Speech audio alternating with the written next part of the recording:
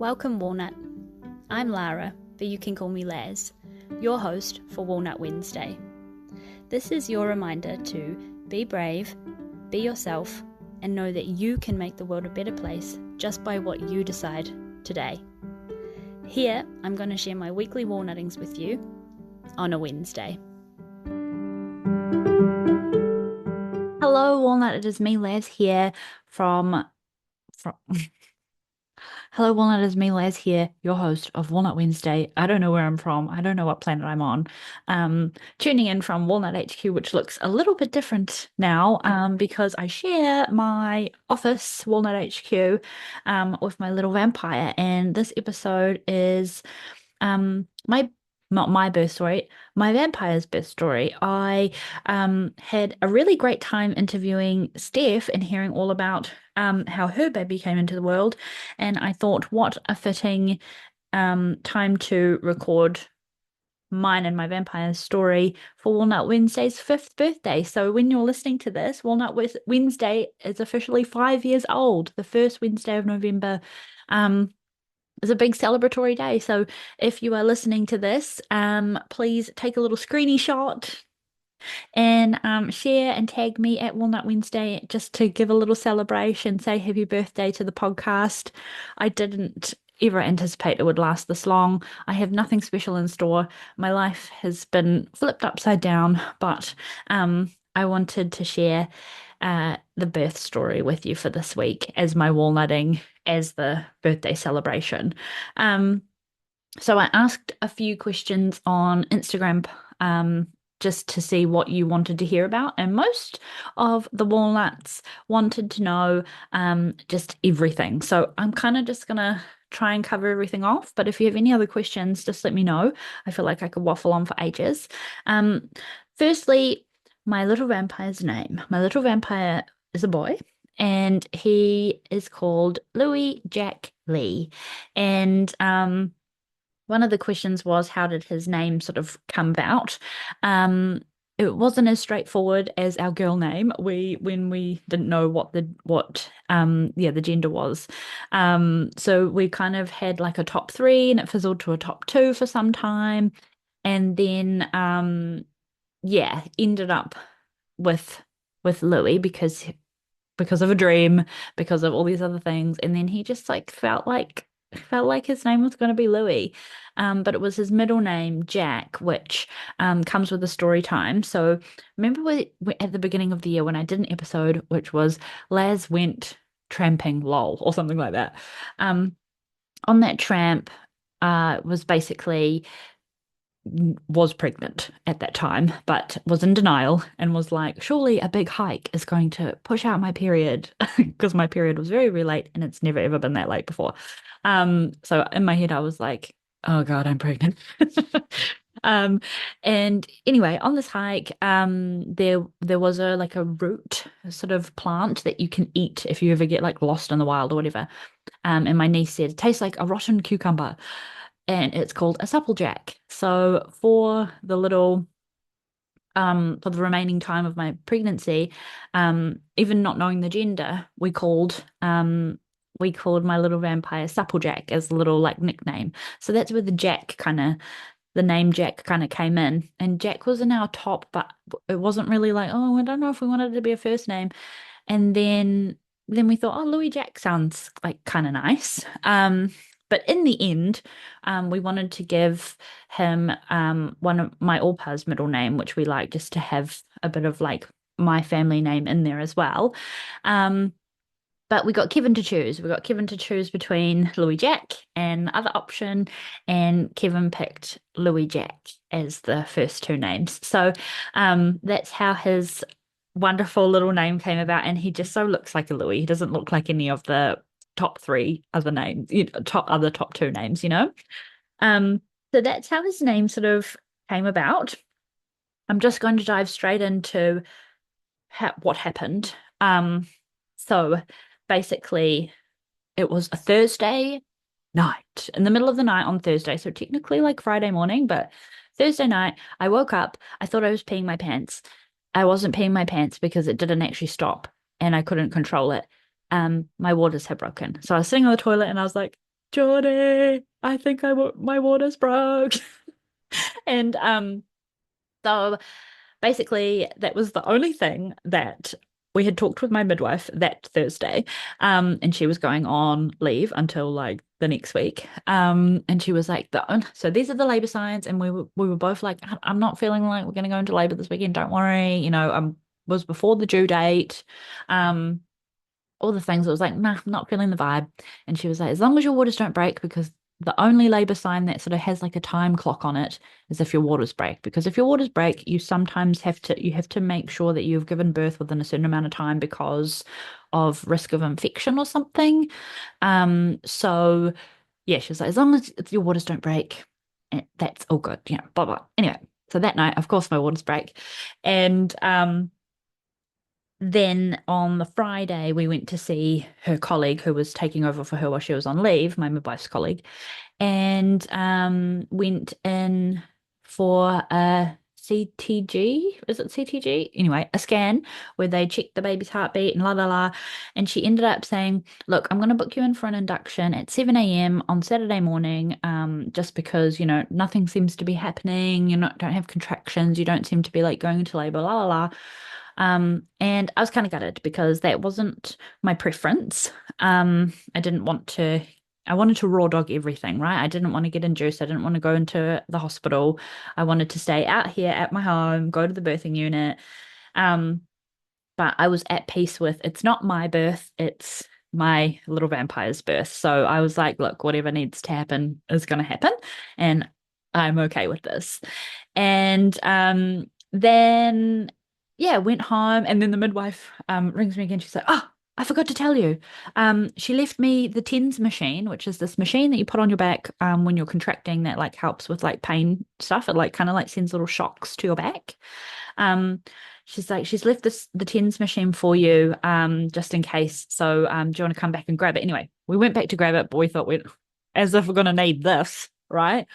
Um, yeah, have a little look up what a TENS machine is if you don't know. But I remember actually listening back to Steph's episode. I remember when I recorded, I was pregnant at the time. I was like, what the fuck is a TENS machine? Now I know what a TENS machine actually is. Um, and so we went back, got the TENS machine, and we thought, look, nothing's going on. Did some curb walking in the afternoon, had an early night, put my puppy training wee pad down in the bed because I was still just like leaking, water break, leaking like all day. Definitely my tip would be if your waters do break and if it's not one big like gush puddle on the floor and if it just sort of drips for the day, just to go for the nappies. Just go for the nappies. I didn't have them at the time and went for the big maternity pads, and there would be like times in the day where I'd just like have a gush and fill one up. So um hot tip number one, if your waters break, I would just chuck a nappy on like straight away. But anyway. um so that night went to bed, had some dessert, had dinner, had dessert, went to bed.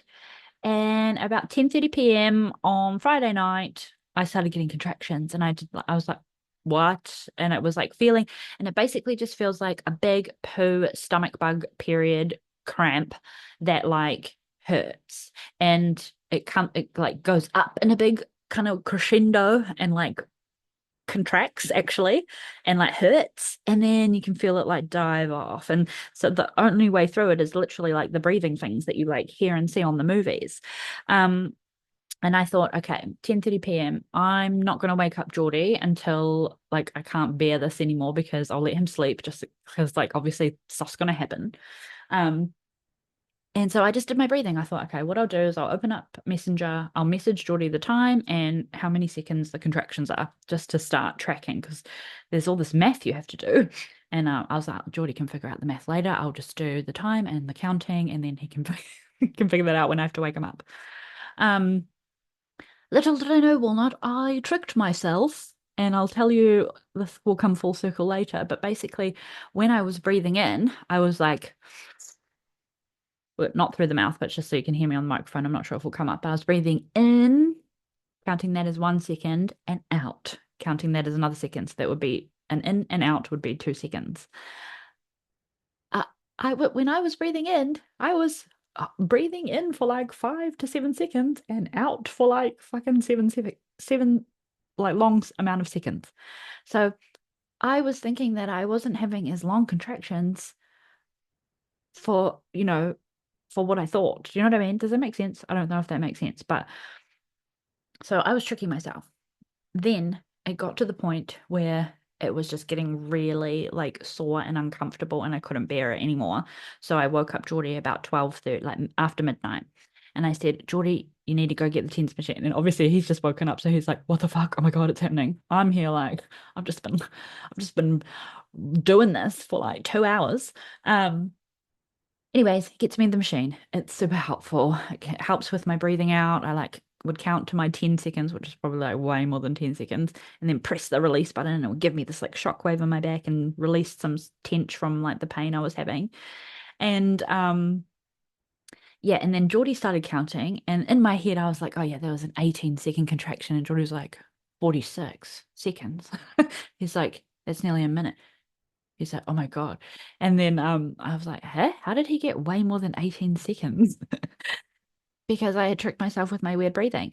Anyway, it got to a point where he was like, no, no, no, these are getting close. And, he did the math. The math was mathing. And he was like, I need to call the midwife. And then as soon as he said that, I was like, boo! I was like, I need to push. I was like, I feel like I need to push. And he was like, whoa. So he called the midwife. And I was like on the toilet, I was like, oh, feeling this urge to push. And Walnut, it basically felt like a big, I was trying to the pressure was like you're trying to push a big rock melon out of your butthole. Like that's where it was when that urge to push came. That's what it felt like. That was little vampire's head, going down the crevices. Um, so I was like, oh my God, okay, what the hell? Anyway, so called the midwife. She's like, you need to go to the birthing unit, and we were like, okay. Anyway, it doesn't sound all smiley and okay, like it was sore. But I got there and this beautiful little angel a midwife who was working at the birthing unit, she was like, hello. She's like, I've run you a bath. Like, I didn't know what to expect because I was so sore, but I didn't expect like such a wave of kindness to come over me. She's like, do you like baths? My name's blah, blah, blah, and I've run you a bath. They're all such angels there. I just honestly, the Carpety birthing unit, I love you guys so much. Like you're just actual angels on earth. Um, One of the things that makes me feel happy to pay tax and be a taxpayer in New Zealand because I had the best experience. So I love you, everyone at the birthing unit. But so we get there. Anyway, midwife that was on call for my normal midwife, who was absolutely amazing and lovely, and I love her as well. She was like, hey, I'm just going to check you out. So she like spread my legs, had a little look, and I'm like, having these little contractions still, everything's all painful, and I don't really know what's going on. And she was like, Lara, you're fully dilated. She's like, you know what that means? I'm like, I don't know what anything means. I'm fucking in labor and I'm in shock. Like, what's going on? Is this really happening? Um, and she goes, well, it means you can start pushing. And I'm like, I thought I was pushing. Like, I don't know what's going on. And I was like, oh my God, this is happening. And then she's like, do you want to get in the pool? Do you want to get? So I got in the pool that the beautiful other midwife had ran for me. Nice, because I thought, oh, this will be nice and warm on my back. This will be divine. And in the pool, I started making lots of, well, actually, I think before I started, I was already making noises. I remember at one point being like, oh gosh. And then they're like, what's wrong? And I'm like, oh, it's just weird to make noises. But that was the last of that because after that, it was like howling banshee. Like Geordie said that it sounded like, I was turning Super Saiyan. So the noises were being noisy. Um, got in the pool in the bath, and I thought that would be really nice on my muscles and my back and everything and be really soothing. um how soothing can it be when you're like in pain every like few minutes? But um yeah, that I spent about an hour like like pushing, but not really. Like I kind of just like tense and was like but it wasn't really like a push. I can't really describe it. Like the contractions are doing a pushing motion like naturally. But yeah, just the whole time it just felt like a big rock melon wanting to come out of your butt, but it's not actually your butt. That's the only way I can kind of describe it. And it got to about an hour in the pool of being in there. And then the midwife came over and said, like, look, it's been a little while and sort of nothing's kind of moving along. Do you want to change position? I was like, yeah, I actually want to get out of this bath because my back was really hurting. So he was really like starting to come down there because the pressure was the baby. Um, so I jumped out of the pool and they like dried me and you're like just fully fucking naked there. You're just like, I don't even care what's going on. Like everything was everywhere. And hopped on the bed and um another one of her colleagues had come as well to like kind of assist and stuff. And so she was like pressing my back and doing these nice things. Anyway, I got on the bed. I ended up actually on my back with my like legs up and like pulling my knees towards my chest kind of thing. And I was there pushing for about another hour or so. And for that majority of that time, it was just rock melon butthole sensation. And then she was like, look, Geordie. And Geordie was like, um, we said to our original midwife, like, oh, he doesn't want to look, weak stomach, doesn't want to know. But he looked, and you could see his little like head going out with the contraction, but then coming back when the contractions would stop. And they were like, you're almost there, you're almost there. And then she was like, right, you're gonna feel ring of fire. Now, ring of fire, it's not like having a spicy curry and doing like a Bernie poo. The ring of fire that was felt was literally a ring of fucking fire. It was so, I just felt ripped. It just felt stretched and ripped and raw and vulnerable, spread wide. And they're like, you're almost there, almost there. And it just felt so far away. I was like, oh, I can't like push. I can't push. Um, and I did, and it happened. Also, on that note, I know something that lots of people always worry about, and I also worried about it too, was pooing. Um, and they do pick up your poo for you. I did do lots of little poos, I think. Well, I don't know about lots, but I did. There were a few times, where my brain didn't really process, but just saw her, saw the bless the midwives. They have, oh my goodness. But she had like a little fishing net to scoop up the little nugs. Um, and probably at the end there when I was on the bed, I don't know if maybe there was something that they took away, but it's really quick and you don't really notice. And to be fair, Walnut, you don't care. I've always said even in my condition and prior to condition, oh, I will care if I poo, if I poo. I even talked to my midwife about it. I was like, what if I poo? Will you hate me? Um, yeah, you don't care. I really didn't care. I couldn't care less about it. And even Geordie couldn't care less about it because he just said it was just so hard for him um to see me in so much pain and not be able to do anything about it. Um, anyway, so but back to the ring of fire where she said it's gonna ring of fire might sting a little bit. Ooh, stinged a lot, but and I remember in my head being like, ow, ow, but apparently it was like, ow, ah, Super Saiyan, ow. Um, and I have told Geordie that I'm not ready to know what faces I made or what I look like or anything like that. So I'm sure I'll find out in like months to come. But um, when that happened, but that was only very short lived, right? So that little really, really, really sore moment where it morphed from rock melon out your butthole to the actual he's on his way out of my vagina. Um, was I don't know, it felt really quick. It felt like maybe like 15 minutes. I don't know if it was maybe longer, but um I also got offered the gas, and the reason why I picked the birthing unit was because I wanted to have the option for that type of pain relief. But um yeah, they offered it to me. They're like, "Do you want some gas?" And I was like, I couldn't even think. I didn't like consciously reject it or be like, I want to be completely raw dog. I did say I want to try do raw dog, like I didn't want other interventions. But with that, yeah, it was like plonked in front of my nose and I was just like, ugh, I couldn't even think to do something else because I was too focused on like in the zone of contracting and pushing and stuff. So I gave birth completely 100% fully raw dog. Like, jeepers. Jeepers my body. Jeepers my vagina. Jeepers my womb. Go you, girlfriend. So well, at the time I didn't feel like a boss bitch, but now I'm like, wow, I can't believe I did that. Like I think I'm still in shock. Like I'm still a little bit removed from the situation and still, yeah, it was a real experience.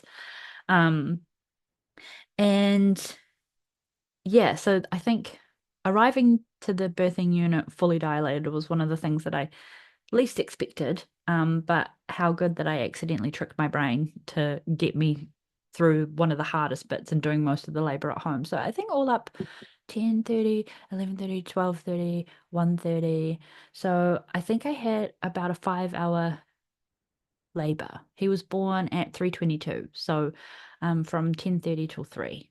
But 2 hours, 1 hour in the bath, 1 hour on the bed, and the rest was sort of like at home and getting to the birthing unit. So um, all in all, I think it I mean, would you call it a good experience or like it's painful, it's hard, it's life-changing, and you literally get ripped open, no matter which way you birth. So yeah, it all turned out to be the preference that I wanted. I did intend to try and raw dog. I did intend to be at the birthing unit. And so yeah, we gave birth to Louie Jack before the induction appointment. He was born a couple of hours. I think we were booked in for 7 a.m. and he was born at 3. So um yeah, that was crazy. And then so he like came out and it looked like Geordie said it looked like the Animal Planet documentaries. There wasn't like heaps of like blood. Um and then they like put him on my chest and he kind of like latched onto my boobie and he was just literally on my boobie like a little squirmy, scrouchy little chicken nugget for quite a while I sat there with my legs open and they looked at me, um stitched me up. I had a couple of like they called them surface level stitches or like cosmetic looking, like I don't know.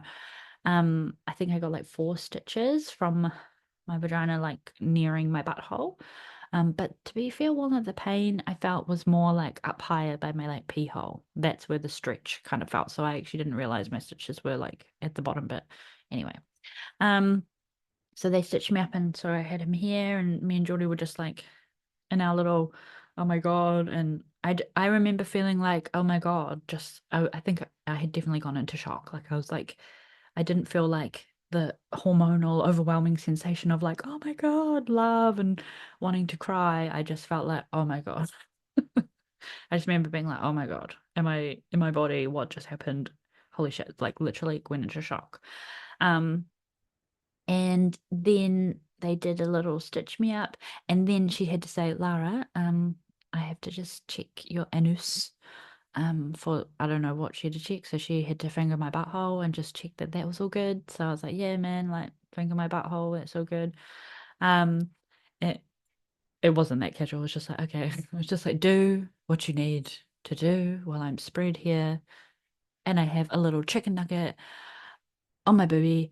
And then one of the midwives got me some toast and a cold Milo. And there were all sorts of little, like I think I had like a vitamin K injection. And then they took after they got me all sorted out, and I was eating my the most delicious toast you'll ever eat in your whole life, jam on toast. Oh my God. And the lukewarm Milo, I will never forget how like delicious that was. Um, and through the whole pushing phase, Geordie was on patrol with a glass of water with a little straw. And I did be like, water. That's like probably the only word I spoke apart from going Super Saiyan and going, ah, was water. Um, and then they took Louie to check him out, make sure, that I think they weighed him and they did all sorts of things. And then we had to dress him and we had this big giant hospital bag full of shit that I didn't know. We didn't know how to dress a baby, and we had to find an outfit for him. The outfit didn't match. You had to ask the midwives to like, what do we even dress him in? Anyway, we found he got dressed, and then that was that. I feel like I'm missing an integral part, but that will come later. Oh, they asked if Geordie wanted to cut the cord when he kind of came out and was like on me, and Geordie said no, he's because he said that the cord was like really fat. Um, which means he was really well fed. So they did that, and then she said, "Do you?" Oh, yeah, and I had to push out the placenta. I almost forgot about that. But I think they just kind of helped me out. They were like, "Okay, the placenta's coming." I was like, "Do I have to do anything?" And they were like, "We'll help you." And so that kind of just like squished out. Like that was just like peanuts compared to what had just happened. So it was just like that. And they were like, "Do you want to keep it?" And then me and Jordy kind of like looked at each other and we were just like, "Oh, lots of people we know still have their placenta in the freezer. And what are we going to do with it? There's nothing like cultural that we both wanted." So we were like, "Nah." But I said, I would like to like look at it though. And Jordy was always like, "No, I never want to look at anything." But he did too. And so she showed us like where he lived in and the thing and what it looked like. And it was a very healthy, lovely looking placenta in the bin. Disregarded it. So yes, then yeah, after the placenta thing, then they stitched me up, then got the little injections, then um took him and he was still in the same room and weighed him and measured and dressed him. And then it was sort of time to like waddle. Oh no, I had a shower. They were like, "Okay, right, you can have a shower." Because I was still like wet from the pool as well, and I was all like blood and squelch. And he had pooed on me, a little tar poo. When they're like newborns, they do these little like black tarry sticky poos. And he pooed on my belly. I didn't even notice. Um, and so I jumped in the shower. It hurt. They were like, "I want you to try and pee in the shower." Fuck, that burned like a motherfucker. And there was just blood coming out. So it was just I just remember being feeling really like a deflated balloon. Like I felt really, everything felt really squishy and soft, like my skin. And yeah, drying with a towel just felt so weird, and I didn't know what to get dressed into, and I had pajamas, and yeah, it was all it was all kind of just like I'm just, and when you're literally in shock and you don't know what to do.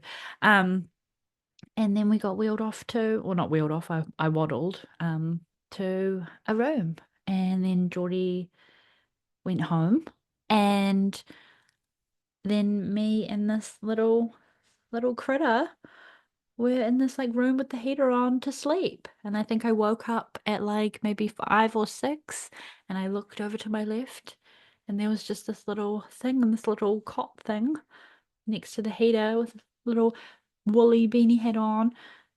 And I was like, "That's my baby." This is so fucking weird and fucked up. And I was still sort of like in shock.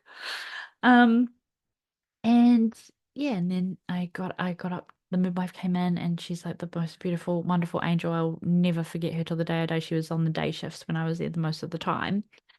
And I was like, "Can you watch my baby? I just need to go to the toilet." I was busting and I was so scared to go to the toilet, and I was like, "I just have to get this done. I just have to go over the get this over with." Um and went to the toilet, and then she was like, "Can I offer you some breakfast?" And I was like, what's for breakfast?" Like I was thinking, "Oh, just some toast." And she was like, "We've got this." And I thought, I'm starving. She's like, "You can have more than one thing. You can have all of it." And I ordered this big feast. I ordered like peaches, yogurt, a cereal, more toast. And she gave me some kiwi crush for my butt, and she gave me some Urol for my wheeze to it like dilutes your wheeze so it's not so stingy. Um, and then we lived for 2 more nights at the maternity unit, and it was divine bliss, which I'll have to go into another time. Um, and I'm gonna have to pause this episode here and come back or do another one because I can hear my little vampire crying, but I'm just checking the questions.